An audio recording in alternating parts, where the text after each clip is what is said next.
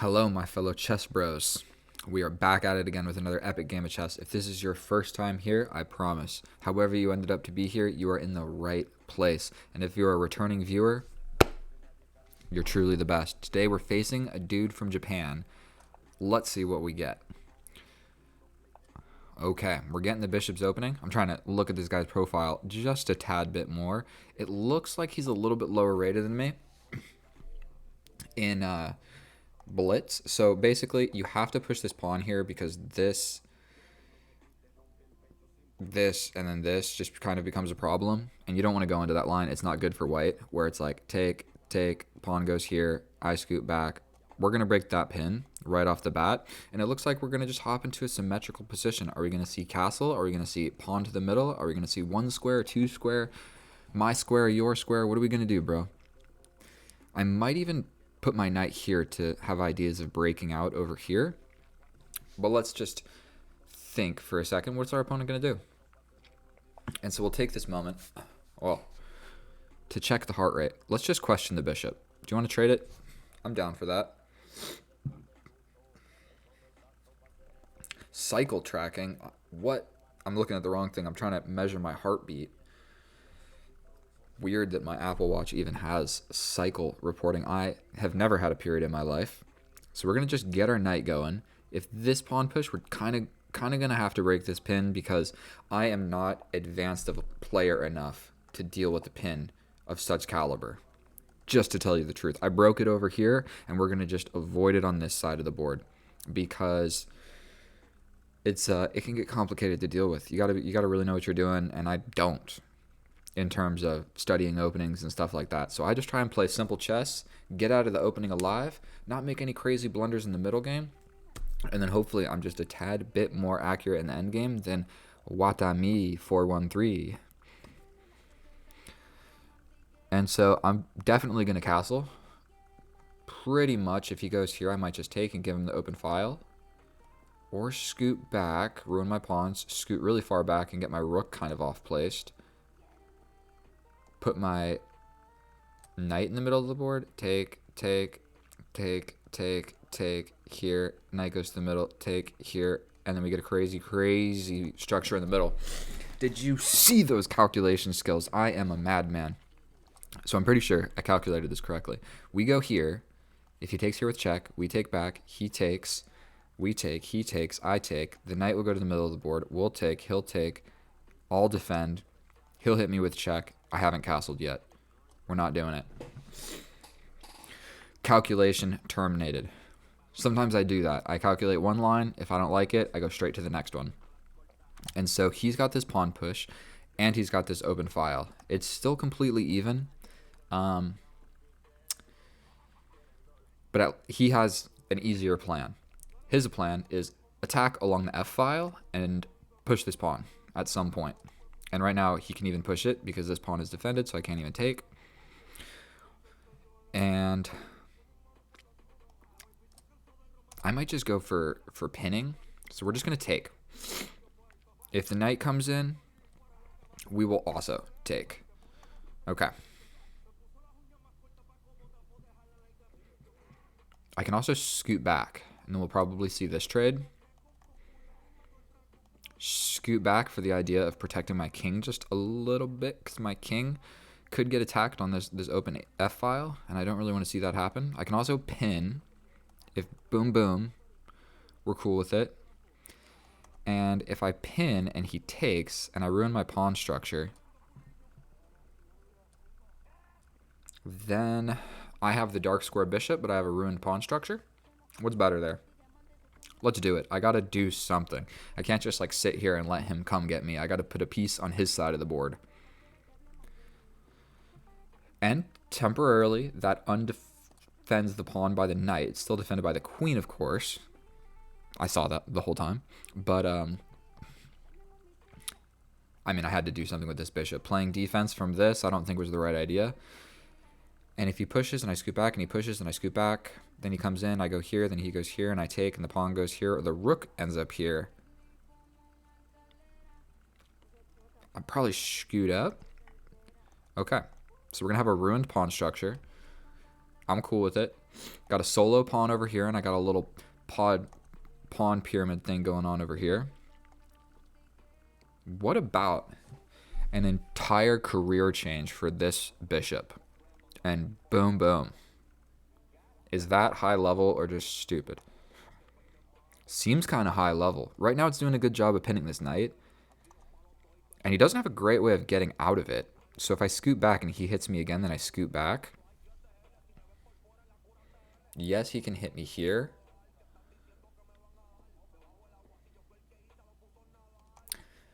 So I guess what I'm trying to decide is staying on this side of the board and trying to like protect my king against some sort of onslaught against this open file. Is that worth it? Because boom, boom, boom, boom, boom. Does that make any sense? So then he would get my bishop at least. We're going to do that because if I do come back here, then I'm attacking this pawn extra. Maintains the pin. You know what? When we look at the computer, sometimes you need to know when is it important to spend a bunch of time and when is it not. And that might have been one of those moments where it was not a good use of time for me to spend an entire minute thinking about the career change of this dark square bishop.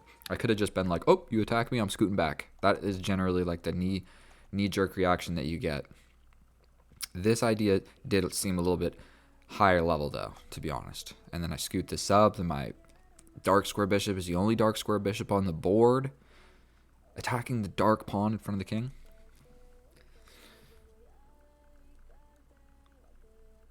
I can scoot, but then this is going to happen.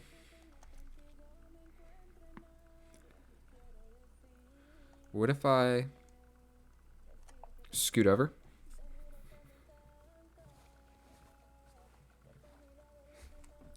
This is actually the type of music I listen to.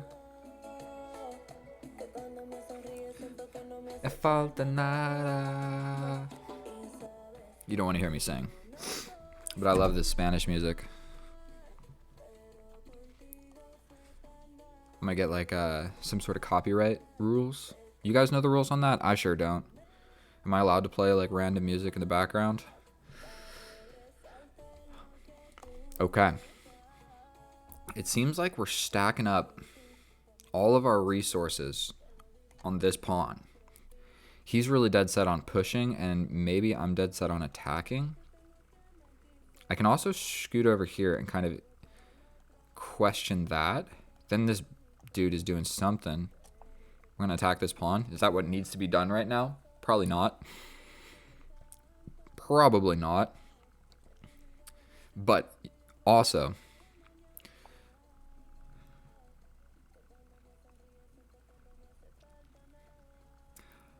so if I take, he can take with the knight. If I take the knight and he takes with the rook, then I take, then he takes. The queen is undefended then. So we're just going to use this time to cash out on that. He can only take one. Did that make any sense? What if he just takes here? Then I take.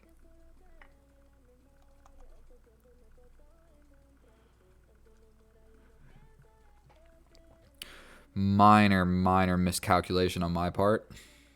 I was getting attacked by a pawn. I needed to do something about that. Help. I blundered a little bit. I can also take.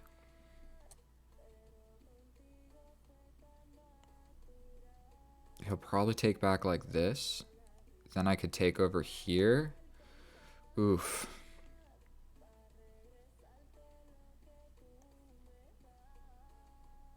Almost certain that I'm going to have to come back here. And this pawn capture is a terrific pawn capture for our opponent over there. I definitely had a slight oversight of what was going on the board. And I pretty much have to take back or he's going to get this pawn with his queen. And if I don't, then that's pretty much game over for me. So, I'm going to capture. My king is completely naked. This pawn is also hanging a tad bit. There's an opportunity that he just doesn't see that. But look, we can't be playing hope chess. Probably my bishop comes back here and does the best job that he knows how to do defending. He's also not defended right now, so there could be some sort of like check tactic or something that gets to capture him. Like this, threatening this. Ay, ay, ay. But if this guy leaves, I can take that. No, I can't. Oh, dear Lord. The position has gotten complex. You know what this calls for? Some smelling salts. You guys ever been seeing this stuff? You take it. It's meant for the gym, but if you want to be a high-level chess player, you got to just...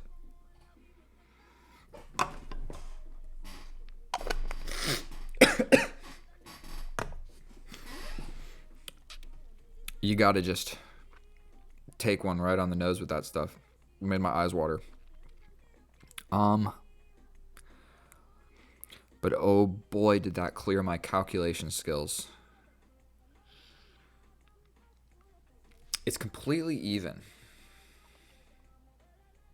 I kind of like the idea of take, get my queen involved. I think we just need to trade some stuff. We need to trade some stuff. Now my rook is not doing anything, and I need to move my queen first. So if we see this, I can maybe put my queen here. And that's not too terrible of an idea. I can also scoot over now. Scoot over. We might see this. I might scoot forward, hanging on to this. I think I would be okay with my destroyed pawn structure for an endgame. I think I would be okay with that. Oh, there's also checks. Now, scooting my bishop back makes a lot more sense. Because like this check, I scoot my bishop back, and then he pushes this pawn. Then, maybe I push this pawn, then he pushes this pawn, and I take the tick. Ooh, chess is complicated. You know, it would be really nice to just trade the queens, buddy, and make it a little bit more simple for me. You get rid of the queens, I got nothing to worry about. And this knight is undefended. So, like, this check, capture the queen. I mean, okay, it's defended. I'm so terrible. I'm just trying to come up with some ideas. Because right now I got nothing. Scoot in and attack this pawn. Okay.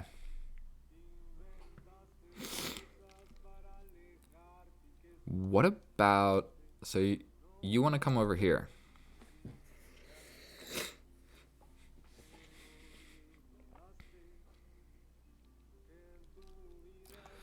Let's spend a little bit of time. If I go here, he'll go here. I can take, push the pawn. And this knight is just beautifully placed. I can kind of pin the knight, get two pieces attacking it.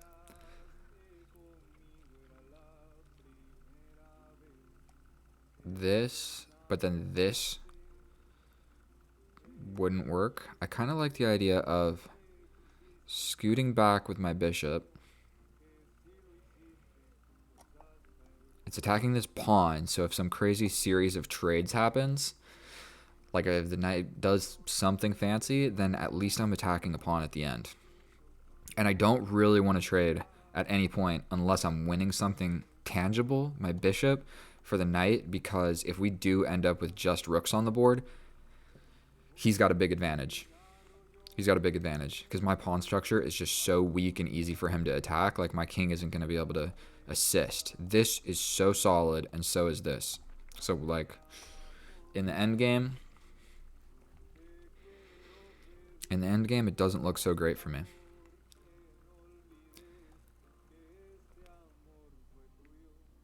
But he's got, wait a minute. He pretty much has to move the knight. I believe. Say here, for instance, for one, I don't have to take, but I totally could. And I might be able to grab this pawn. And if I'm able to grab one of these pawns, then that's an isolated pawn. And my chances dramatically increase. And also with our opponent with 2 minutes on the clock, my chances of being able to clutch this up from just a terribly destroyed pawn structure are looking pretty good. My plan might even be a little bit to change. Like, instead of trading these queens and trying to win a pawn, like, what if we keep all the pieces on the board? Buddy, how accurate are you when you got less than a minute? Because I know that my accuracy goes from like 80 through 95 to like 70 through 85. Okay.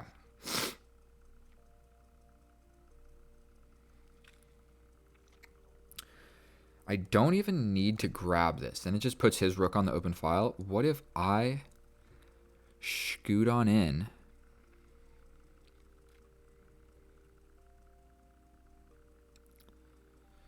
What if I just grab that pawn? Grab that pawn.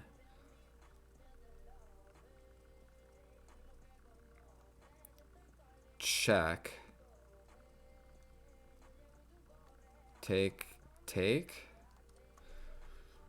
Okay, so he can't do that one. I can go here, but he could hit me with this check. And then all of a sudden that. You know what? We're trading the queen. We're trading the queen because this knight I feel like was just about to get too fancy if we didn't trade that. And there's definitely ideas of scooting in. Grab a pawn, scoot in, go for another pawn. You take this pawn, I take this pawn, you take this pawn, I take this pawn, you take this pawn.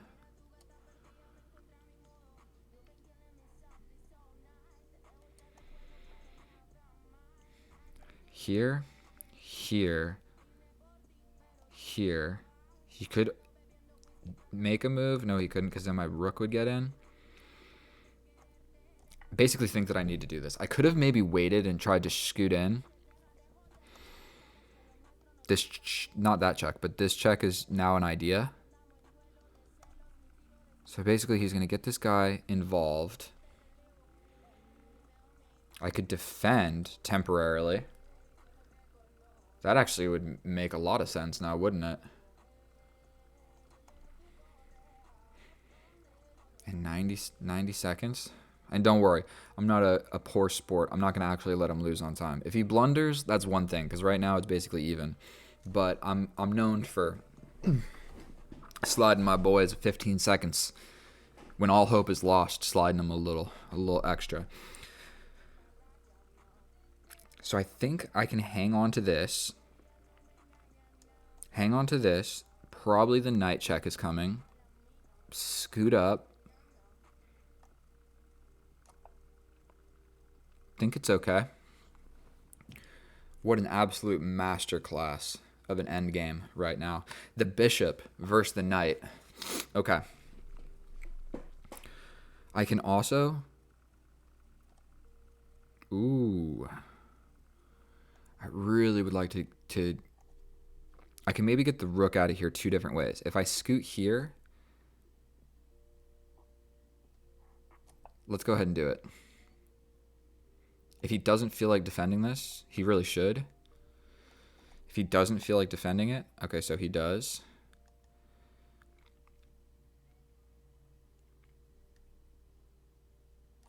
Might slide back. And then I got a little plan of scooting forward or push. Or push. I probably need to break some pawns up, at least somewhere.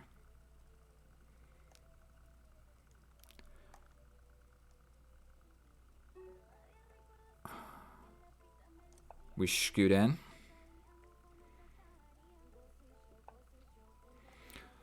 Just waste some moves.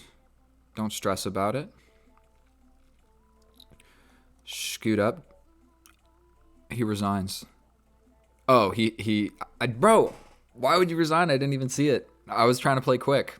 I was down to rock it out in an endgame there. But it seems like our opponent just folded under the pressure. Folded under the pressure and just hung a rook. I didn't even see it. So never resign. Don't ever resign. Like, he had chances. He had chances. Guaranteed. That was a good, even I don't think there were any crazy blunders. Those are generally the best types of games, and they're always ruined when you get into just low time. You know, you have like a super accurate, good game, and then you get into the end game, and it's just blunder, blunder, blunder, blunder, and then you look at the percentage, and you're like, oh, I'm so bad. But all right, let's check this with the computer and see what the report says. I'll see you over there.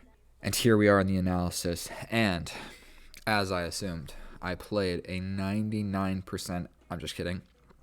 I played a 77%, one inaccuracy, one mistake, one blunder. If we look at the graph, it shows a tale of two very educated gentlemen, two college dropouts, and then some homeless men, is what this is looking like. So we had a very nice game of chess. If we look at the move times, we actually played quicker in the opening than in the end game. But let's see. Oh, and my opponent, one blunder, well, the one blunder was the rook, but I didn't see it, so it's technically not a real blunder. So let's see what information we can extract from this game of chess. Bishop's opening, the super boring line. They go here, and you basically have to push this pawn because what you don't want is this. This is not what you want. It's equality right off the bat, and then your bishop is kind of in a weird place. It's just not what you want. Don't ever do that. If you play the bishop's opening. I pretty much only play the bishop's opening. So when you see the two knights, not sure what this one's called, but you have to push the pawn to defend the pawn because your knight is not defending the pawn because you're going to get forked, okay? And they look fancy when they're like, oh, sacrifice the knight, and then they hit you with the pawn fork. They're looking fancy, and their ego might just go through the roof, and they'll crush you. So plain and simple, attack my knight, break the pin, castle, develop my knight, and I even talked about this. Boys, old Kip knows what he's doing sometimes. I talked about this. I didn't play it, but I did think about it. First, we tickle the bishop scoots, and then it was actually the best move. I literally was like, oh, what about this? And then this pawn push because the bishop's doing a job over here. I thought about it, but thinking about it and doing it are two different things. And so that is why I'm rated 1850 and not 2000. So we push the pawn. One of the best moves. Off the bat, break the pin. It avoids complications.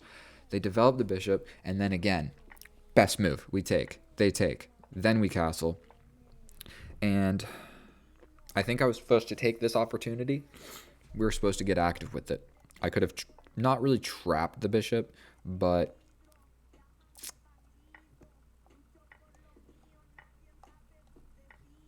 don't love it. I like what I did better.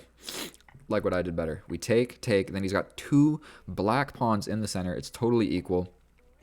I make a move. We take back. I've got the broken pawn structure. And this is one of those moments. I know you guys can't really see my clock. I spent a solid minute, and the difference is less than half a pawn. So it's going from 0.1 to 0.4 or 5. Less than half a pawn, and I spent 1 minute on that.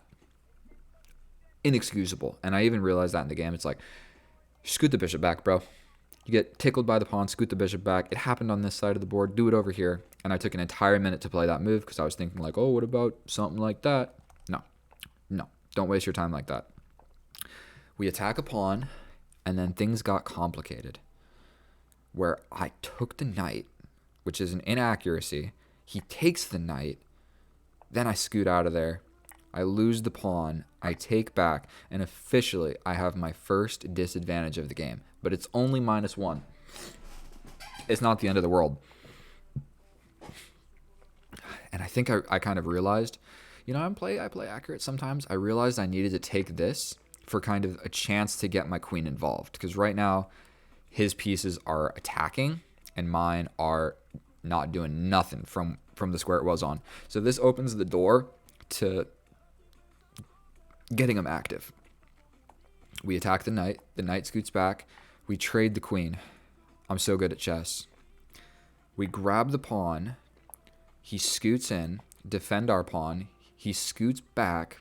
I knew that cutting off these pawns at some point was going to make sense. I thought about this for a while to just prevent this pawn push. Okay. He scoots back. Bishop here. King here. Best move. Put the rook on an active square. My days of hanging out in the backyard are over. Over here, and I needed to make a pawn break. I have to say, one of my biggest weaknesses in chess is knowing when to push the pawns. Like, I'm okay at moving the pieces around, but there's always a critical moment where I need to break with a pawn, and I don't ever see it. I always just play some sort of move with a piece, not the pawn push. So I basically repeat the position, and here the young man resigned, but I didn't even see it. I was quite content with playing an equal endgame where he had 14 seconds. To tell you the truth, I had 1 minute and he had 14 seconds, so I, for one, could have flagged him. I could have kept him at 15 seconds and just let him. I could have flagged him, guaranteed, not a problem there. I could flag this guy with 14 seconds with just the bishop, minus get rid of the rook. I didn't even see it, and he resigned after I made my move. So his reaction time is just a little bit slow on that one. But I think what was the most important thing to learn through this entire game? The opening, if you play the bishop's opening, you kind of just got to know this pawn push. When your bishop's doing a job over here, this knight idea for this pawn break is always in the cards, because when this bishop came out and I took and he opened this file, then this rook had an open file. If I was able to get there one step ahead of him and like put my knight over here and then have an open file myself, probably would have been a little bit better. Fortunately, both of us are not geniuses, so none of that happened. And I think it was just a relatively accurate game where he had chances, but he traded his bishop. This was a bad move. Straight up. What? Best move in the position? Best move? From a practical standpoint, even if the computer's saying it, I wouldn't have done it, because then it left me with the only dark square bishop on the board, and that makes my dark square bishop slightly better. And so this was fancy. And to be honest, I was just like hanging on. Trade, grab a pawn, and then I'm slightly winning in the endgame, but it's basically equal. And so I guess another important move is this rook move. This is a good move. It's just the rook keeps an eye on this entire file. I have the option of getting behind this pawn, attacking the knight, giving a check, taking this pawn if it pushes. I prevent this pawn from moving to take this one. So one thing that is super, super important, if you see the best moves here, are centralize the king and get the rook most active. And so those are two of the most important things. It's like the rook is my strongest piece, so it needs to be doing most of the heavy lifting. And then once stuff starts trading, your king becomes stronger and stronger. I don't actually know what the value, the strength of the king is. You know how like bishop is 3, knight is 3, rook is 5, queen is 9, and they're all variable. What is the king? Because like sometimes he's getting attacked, but like a king and pawn endgame, like dude, that's a 10-point piece right there. Like he can move backwards, and the pawns are like, hey. Okay, either way. That was a lot of fun. Thank you so much for watching my video. I'm going to try and post more like this. I'll try and speak faster and be a little bit more entertaining, and I'm doing my best. So go get yourself some sniffing salts. It's going to just up your level of chess, I promise you. I'm going to go to the gym. I'll catch you next time.